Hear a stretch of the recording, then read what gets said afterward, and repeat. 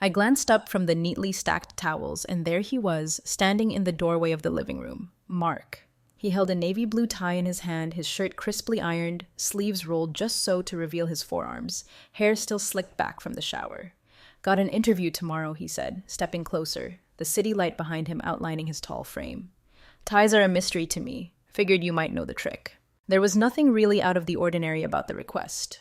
Over the years, Mark had turned to me for everything, from navigating complicated family dinners to deciphering tax forms.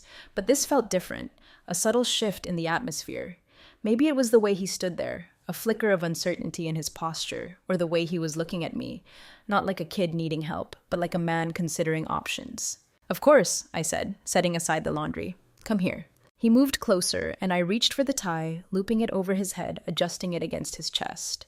Standing this close, the faint scent of his cologne hit me, clean, sharp, like sandalwood and something else, something deeper, the kind of scent that lingered in a room long after he was gone. Hold still, I murmured, fingers working the silk, starting the familiar knot. His height meant I had to tilt my head back slightly, and as I worked, I felt his breath warm and steady brush against my face. My fingers faltered for a split second, the intimacy of the moment catching me off guard. There, I said, a little too quickly, stepping back, smoothing the tie against his chest. All set. Mark looked down, adjusting the knot almost absently, then his eyes met mine. Thanks, he said, his voice softer than usual. For a moment, neither of us moved. His gaze lingered, and the air in the room felt suddenly thick, charged. I cleared my throat, stepping back further. You'll do great tomorrow, I said, my tone brisk, trying to dispel the unexpected tension. His lips curved into a small smile, a smile that felt warm, knowing. I hope so. Got you to thank for making me look presentable. I forced a laugh, waving him off as he grabbed his jacket, headed for the door. But as the sound of his car faded down the busy New York street, I stood in the quiet apartment, my heart beating faster than it had in years. When Mark first came into my life, he was just a boy, 11 years old, quiet and unsure, still navigating the wreckage of his parents' divorce. I had done my best to be patient, to give him space to adjust to the idea of me, his father's new wife, stepping into his already fractured world. Over time, we found a rhythm. He grew up, went off to college, started building his own life downtown. And even though his father wasn't around anymore to see the man he'd become, I had always tried to keep that connection alive. Mark still visited often, stopping by my Upper West Side apartment to help with repairs, or just to check in. I wasn't a young woman anymore. I'd lived enough life to know that love, no matter how deep or true, didn't exist in a vacuum. It was shaped by the world around it, by the expectations, the judgments, and I wasn't sure I was strong enough to face that. The sound of Mark's car pulling back into the driveway cut through my thoughts. My chest tightened as I watched him get out, his tall frame silhouetted against the morning sun. He knocked softly on the door before letting himself in, a paper bag in hand. His smile was warm, but there was a new caution in his eyes. "Morning," he said, holding up the bag. "Brought breakfast." "You didn't have to do that," I said, though my voice lacked conviction. "I wanted to," he replied simply, setting the bag on the kitchen counter, unpacking bagels and coffee. I stood in the doorway watching him. He moved with an ease that made it hard to believe anything had changed between us. But it had. When he turned, catching me staring, his smile faltered slightly. "You're overthinking again," he said gently. I let out a shaky laugh, folding my arms across my chest. How can I not? He stepped closer, his expression soft, but resolute. "Because it's just us. No one else. None of that other stuff matters unless we let it." I looked away, my eyes falling to the worn wooden floor. "It's not that simple, Mark. You know it's not." "I know," he said, reaching out to tilt my chin up so I had to meet his gaze. "But I also know that what we have is real, and I'm not going to let fear take that away from us." We sat at the small kitchen table, the breakfast he'd brought mostly untouched between us. The conversation was quieter now, but no less significant. "I don't want to lose this," he said suddenly, breaking the silence. "You won't," I replied, my voice trembling. "But I don't know how to make this work. I don't know if I can be what you need." "You already are," he said simply, his hand covering mine on the tabletop. I stared at our hands, his larger and steadier than mine, and felt the weight of his conviction. "I'm scared," I admitted, my voice barely above a whisper. "I know," he said softly. "But you don't have to be, not with me." After breakfast, we moved to the small balcony overlooking the brownstones. A late summer breeze, unusual for the city, carried the faint scent of blooming flowers from a nearby rooftop garden. We sat in silence for a while, the quiet between us no longer heavy but comforting, like a familiar blanket. "I've been thinking about what you said the other night," he said finally, his voice breaking the stillness. "About feeling stuck here, about how this apartment feels heavy sometimes." I nodded, my chest tightening. "It does. But it's all I've known for so long. It's hard to imagine anything else." "Then maybe it's time for something new," he said, turning to look at me. "For both of us." I blinked, startled by the suggestion. "What do you mean?" "I mean, let's go somewhere else, start fresh. Somewhere we don't have to worry about what people think or what they'll say. Just you and me." His words hung in the air, heavy with possibility, like a whispered secret in the city's constant hum. "Mark, I don't know if I can just leave," I said, my voice trembling. "You don't have to decide right now," he said gently. "But think about it, really think about it, because I'll go anywhere as long as it's with you." That night, after he left, I sat by the window staring out at the darkened city. His words echoed in my mind, filling the quiet apartment with their weight. I thought about the life I had built here, the memories that filled every corner of this place. But I also thought about the life I could build with him, a life that felt alive, vibrant, and full of possibility. For the first time in years, I felt like I was standing at a crossroads, the path ahead uncertain, but no longer empty. I didn't know what choice I would make, but as I sat there, the memory of his smile lingered, and I felt something I hadn't felt in a long time: hope. But lately, those visits had felt different. It wasn't just the way he looked at me, though that had changed too. It was the way his presence filled the apartment, the way he seemed to linger just a little longer, as if neither of us wanted to say goodbye. That night, as I lay in bed, the memory of his smile lingered in my mind. It wasn't just the smile itself. It was the way it had made me feel. Warm, seen. I told myself it was nothing, a fleeting moment, a trick of my imagination brought on by loneliness. After all, it had been 5 years since Tom passed, and the ache of his absence had settled into a dull, constant hum. I had built a life around that ache, filling my days with work, reading, and the occasional lunch with friends. But the nights were harder, the silence stretched longer, the emptiness of the apartment more pronounced. Mark's visits had become a reprieve from that silence, a reminder that I wasn't entirely alone. But tonight, as I stared at the ceiling, I couldn't help but wonder if I had been leaning on him too much. The next morning, I found myself glancing at the clock more often than I cared to admit, wondering how his interview was going. When my phone buzzed just after noon, I snatched it up, my heart skipping a beat at the sight of his name. "Hey," I said, trying to keep my voice casual. "Hey," he replied, the sound of his smile evident even through the phone. "Just finished. I think it went well." "That's great," I said, genuinely relieved. "I told you you'd do fine." "Well, I had a good luck charm," he said, his tone teasing. "Thanks again for the tie." My chest tightened, the warmth of his words catching me off guard. "Anytime," I said softly. There was a pause, just long enough to feel significant, before he spoke again. "I was thinking of stopping by later. Would that be okay?" "Of course," I replied too quickly. When the call ended, I sat with the phone still in my hand, the quiet apartment around me suddenly feeling a little less empty. Mark arrived that evening with his usual easygoing energy, a grin spreading across his face as he walked through the door. "Got the job," he said simply, holding up a bottle of wine like a trophy. "That's wonderful," I said, genuinely thrilled for him. "Come in, tell me everything." He followed me into the kitchen, where I'd already started dinner, a habit I hadn't even realized I'd fallen into until recently. Whenever he mentioned stopping by, I found myself automatically preparing something to share, as if his presence had become part of my routine. As I stirred the pot of pasta sauce, Mark leaned against the counter, recounting the details of the interview. His voice was animated, his gestures larger than life, and I couldn't help but smile at the way he lit up when he talked about his plans for the future. "I owe you, you know," he said suddenly, his tone softening. "For what?" I asked, glancing at him over my shoulder. "For always being in my corner," he replied, his gaze steady. "For believing in me, even when I wasn't sure I believed in myself." The sincerity in his voice caught me off guard, and for a moment I didn't know what to say. "That's what family does," I said finally, my words feeling both true and inadequate. "Not everyone would, though," he said, his eyes lingering on mine. "Not like you have." I turned back to the stove, my chest tightening in a way I couldn't quite explain. We ate dinner in the living room, the coffee table serving as an impromptu dining space. The wine he brought was rich and warm, and it loosened the conversation into something lighter, more intimate.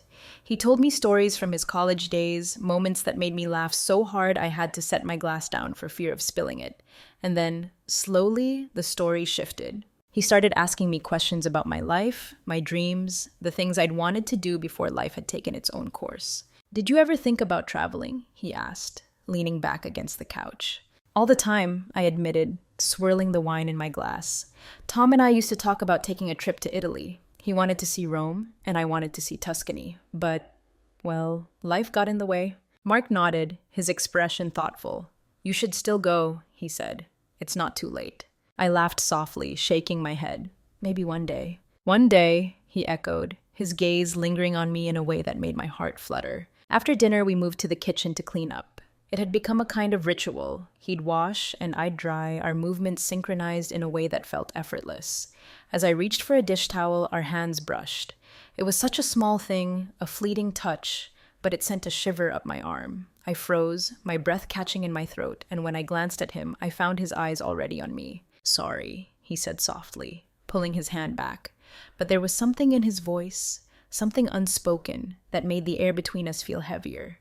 "It's fine," I replied quickly, focusing on the plate in my hands. But it wasn't fine, not really. The next few visits were much the same. He'd come over with some excuse, helping me fix a wobbly shelf, bringing over takeout from his favorite deli, or just stopping by to chat. And each time, the moments between us seemed to stretch, filled with an unspoken tension I couldn't quite define. One afternoon, I caught myself watching him as he worked on the fire escape railing. The sun was shining, casting a golden glow over everything, and he'd taken off his jacket, rolling up his sleeves as he worked. He paused to wipe sweat from his forehead, and as he turned, he caught me looking. "Something wrong?" he asked, a teasing smile playing on his lips. "No," I said quickly, turning back to the window box I was pretending to tend.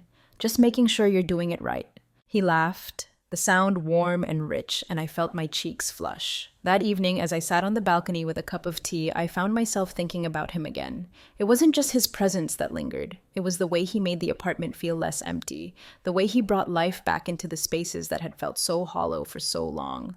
But it was more than that, too. It was the way his smile seemed meant for me, the way his voice softened when he spoke to me, the way he looked at me like I was someone worth noticing. I told myself it was just the loneliness talking, that I was reading too much into things. But deep down, I wasn't sure I believed that anymore. The next time Mark came over, it was to fix the kitchen faucet. At least, that's what he said when he called that morning. "It's been dripping like crazy," he said casually. "Figured I'd save you the trouble of calling a plumber." "Always looking out for me," I teased lightly, but my chest tightened with a familiar warmth. By the time he arrived, the late afternoon sun was casting long shadows across the living room. I watched from the kitchen window as he gathered his tools, his movements purposeful and sure. He was wearing a plain white t-shirt and jeans, his sleeves pushed up to his elbows, revealing the strong lines of his arms. I told myself to focus on something else, but my eyes kept drifting back to him. There was something mesmerizing about the way he moved, the quiet confidence in his posture. At one point, he looked over his shoulder and caught me watching. He grinned, a teasing glint in his eye, and called out, "Supervising or just admiring my handiwork?" Flustered, I stepped back from the window, muttering under my breath about busybodies before retreating to the living room. When he came inside a little while later, he was slightly damp from the leaky faucet, but smiling. "All done," he announced, wiping his hands on a towel I handed him. "Thank you," I said, feeling a little breathless under the weight of his smile. "No problem," he replied, leaning against the counter. "I like helping out." There was a pause. One of those moments where the air between us seemed to hum with something unspoken. I busied myself with pouring him a glass of iced tea, hoping he couldn't see the way my hands trembled. "I'm glad you let me stick around," he said suddenly, his voice quieter now. I looked up, startled. "Why wouldn't I?" He shrugged, his gaze steady. "I don't know. Maybe you think I'm here too much. Like I don't have my own life." "That's ridiculous," I said, my voice firm. "You're always welcome here, Mark. You know that." His lips curved into a small smile, and for a moment he just looked at me, his eyes holding mine in a way that made my chest tighten. "Thanks," he said softly. That evening, he stayed for dinner. We settled into the routine we developed over the past few months. Me cooking while he helped with the small tasks, the conversation easy and full of laughter. But there was something different about tonight, something quieter and more intense. It wasn't just the way he leaned closer when we talked, or the way his hand brushed mine when he reached for the salt. It was the way his presence filled the space around me, warm and steady, making me feel like I wasn't just existing, but living again. After dinner, we moved to the living room, the soft glow of the lamp casting warm shadows on the walls. I poured us each a glass of wine, and we settled onto the couch, sitting just close enough that our knees almost touched.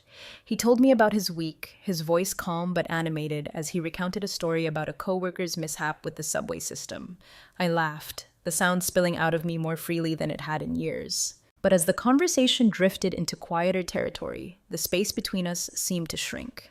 "I don't think I've ever seen you laugh like that," he said suddenly, his tone soft. I tilted my head, surprised. "What do you mean?" He shrugged, his gaze warm and intent. "I mean, you always laugh, but tonight it felt different, happier." His words made my breath catch, and I looked away, focusing on the wine glass in my hands. "Maybe it's just the wine," I said lightly, though my voice betrayed me with its tremor. "It's not," he said, his voice so quiet it barely reached me. I turned back to him, and the intensity in his eyes made my pulse quicken. The next time he came over, it was late afternoon. I'd been out on the fire escape, watering the plants, and he found me there, his shadow falling over me as he stepped onto the metal grating. "Need a hand?" he asked, crouching down beside me. I looked up, brushing dirt from my gloves. "I think I've got it, but thanks." He stayed anyway, picking up stray leaves and placing them into the pot beside me. For a while, we worked in silence, the quiet hum of the city evening wrapping around us. But eventually the silence broke. "Do you ever think about leaving this place?" he asked, his voice careful, almost hesitant. I glanced at him, startled by the question. "Why would I?" He shrugged, his gaze fixed on the pot of geraniums. "I don't know, it's just this apartment is so full of memories. Good ones, I'm sure, but doesn't it ever feel heavy?" His words settled over me, heavy with meaning. I set my gloves down, my hands suddenly still. "Sometimes," I admitted, my voice quiet, "but it's my home. It's all I have left of Tom." He nodded, his expression thoughtful. "That makes sense." For a moment, neither of us spoke. But then he looked at me, his gaze steady and unwavering. "But you're more than that, you know, more than just his wife. You're you." His words caught me off guard, and I felt a lump rise in my throat. "I don't know who that is anymore," I said, the confession slipping out before I could stop it. He reached out his hand, brushing against mine. "I think I do," he said softly. That night, as I lay in bed, his words echoed in my mind. The way he looked at me, the quiet conviction in his voice, it was like he saw something in me I didn't even see in myself. And for the first time in years, I felt like maybe I could. The evening was quiet, the kind of stillness that settles over the city after a long, hot day. I had been sitting on the balcony, a book in my lap, and a glass of iced tea sweating on the small table beside me when I heard Mark's car pull into the street below. I wasn't expecting him, but by now his unannounced visits felt like second nature. My heart skipped a beat at the sound, and I quickly reminded myself to breathe. When he appeared at the bottom of the fire escape steps, his smile was warm but hesitant, like he was testing the waters. He held up a bottle of wine and a takeout bag. "Thought you might be hungry," he said. I smiled back, standing to let him in. "You've got good timing. I didn't feel like cooking tonight." We settled in the kitchen, unpacking the food and pouring the wine. The conversation flowed easily, like it always did. He told me about his day, about a coworker who had accidentally replied all to a company-wide email with a very personal message, and I laughed, the sound breaking through the quiet of the apartment. But as the meal went on, the laughter faded, replaced by something quieter, heavier. "I like this," he said suddenly, his voice softer now. "Like what?" I asked, glancing at him. "This," he said, gesturing between us, "being here with you." His words hung in the air, and I felt my chest tighten. "I like it too," I admitted, my voice barely above a whisper. After dinner, we moved to the living room. I poured us another glass of wine, and we sat on the couch, the room lit only by the soft glow of the lamp. The silence between us felt heavier than before, like there was something neither of us wanted to say, but couldn't avoid any longer. Mark leaned forward, his elbows resting on his knees, the glass of wine cradled in his hands. "Can I ask you something?" he said finally. "Of course," I replied, though my heart began to race. "Why do you always hold back?" he asked, his voice steady, but filled with something I couldn't quite place. I blinked, caught off guard. "What do you mean?" I mean, every time we're together, it feels like there's something, but you always pull away. His words sent a jolt through me, and I felt my breath catch. Mark, I don't. He turned to face me, cutting me off with a quiet but firm, "Just tell me I'm wrong." I couldn't. The words wouldn't come. I opened my mouth, but all I could do was stare at him, my thoughts a whirlwind of confusion and longing. He set his glass down on the coffee table and shifted closer, his knee brushing against mine. "I'm not trying to make this harder for you," he said softly, "but I can't keep pretending I don't feel it." "Mark, I began, my voice trembling. "We can't," he finished for me, his voice tight. "Why not?" "Because it's complicated," I said, my voice breaking. "Because people wouldn't understand." "Yes!" I said, my voice rising with a desperate edge. "Because it's wrong. Because it's not what we're supposed to do." "Who decides that?" he asked, his voice rising slightly before softening again. "Who gets to tell us what's right and what's wrong?" I didn't have an answer. Before I could say anything else, he reached out his hand, covering mine. The warmth of his touch sent a shiver through me, and I felt tears prick at the corners of my eyes. "You don't have to be afraid," he said, his voice so quiet it barely reached me. "I'm not afraid," I lied, though the tremor in my voice betrayed me. "You are," he said gently, his thumb brushing over my knuckles. "But I'll wait, as long as you need." His words broke something inside me, and I felt the first tear slide down my cheek. He reached up, his thumb catching it before it could fall further. "Mark," I whispered, my voice cracking. "I know," he said, his forehead resting against mine. "I know." When his lips met mine, it was soft at first, almost tentative, as if he was giving me the chance to pull away, but I didn't. I couldn't. The kiss deepened, and everything else fell away, the doubts, the fears, the voices in my head telling me to stop. All that mattered was the way his hands felt on my skin, the way he held me like I was something fragile, but unbreakable all at once. When we finally pulled apart, I was breathless, my heart pounding in my chest. He cupped my face in his hands, his gaze steady and unwavering. "I don't want to lose you," he said, his voice raw with emotion. "You're not going to," I replied, the words spilling out before I could stop them. We sat there for a long time, our hands intertwined, the silence between us filled with a sense of inevitability. I didn't know what the future held, but in that moment, it didn't matter. All that mattered was Mark, and the way he made me feel alive again. The days that followed were a blur of stolen moments and unspoken truths. Mark came by more often, always with an excuse. A light bulb that needed replacing, a leaky faucet, or just a casual drop-in to check on me. But every visit carried an unspoken weight, a tension that hung in the air even as we laughed and talked like nothing had changed. Except everything had changed. One evening after dinner, we sat on the balcony, the fading light painting the skyline in soft hues of pink and orange. Mark leaned back in the chair beside me, his long legs stretched out in front of him, his beer resting on the arm of the chair. "You've been quiet tonight," he said, glancing at me out of the corner of his eye. I shrugged, swirling the wine in my glass. "Just thinking." "About what?" "About us," I said before I could stop myself. His posture straightened slightly, his gaze sharpening.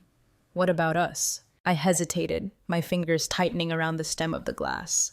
"I don't know if we're doing the right thing, Mark. I don't know if we can work." He turned to face me fully, his expression unreadable. "Why not?" "Because it's complicated," I said, my voice trembling. "Because it's not just about us. People wouldn't understand. They'd judge us, and I'm not sure I can handle that." Mark was silent for a moment, his eyes searching mine.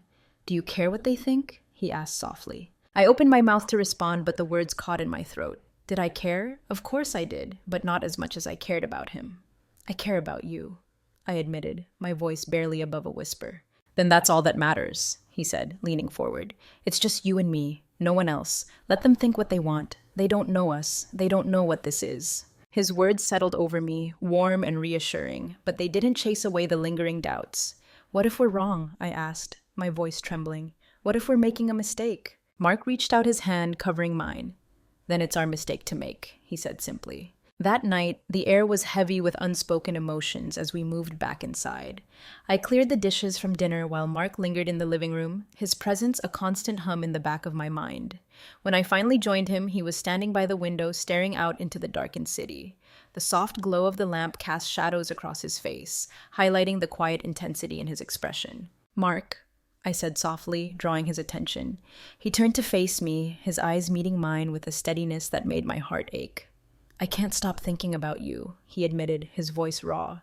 Every time I leave, all I want to do is come back." His confession left me breathless, my chest tightening as the weight of his words settled over me.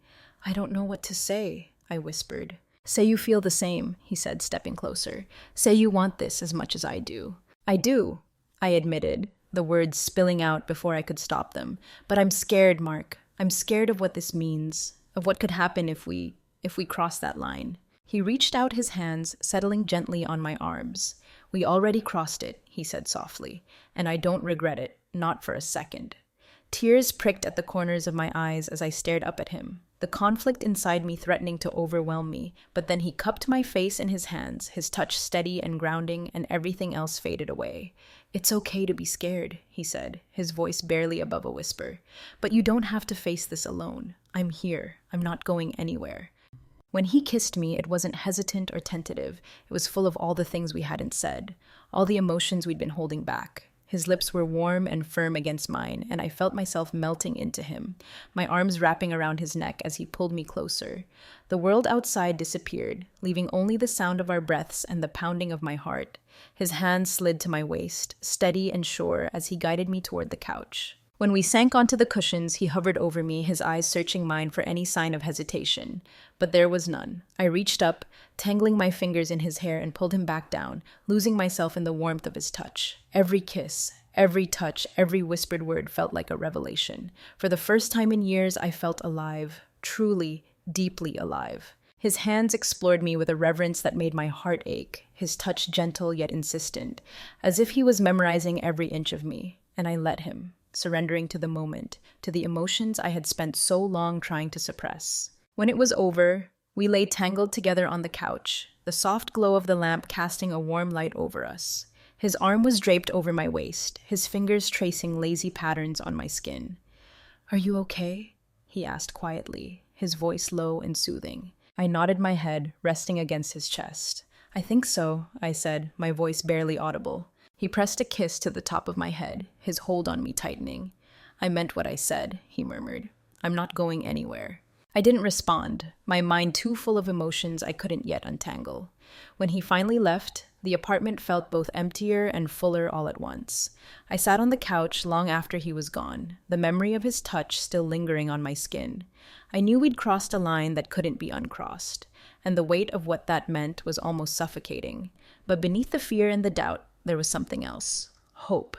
For the first time in years, I felt like I was standing on the edge of something new, something terrifying, but full of possibility. And for now, that was enough. The morning after, I sat by the window, cradling a cup of coffee in my hands as the early sunlight poured through the glass. The apartment was quiet, save for the faint hum of the refrigerator, but my thoughts were anything but still. Mark had left just before dawn, his touch lingering on my skin, his words still echoing in my mind. I'm not going anywhere. I wanted to believe him. I wanted to hold on to the warmth of his promise, to let myself imagine a world where we could exist without judgment or consequence. But as the sunlight crept further into the room, so did the doubts, creeping into the edges of my thoughts like shadows I couldn't escape.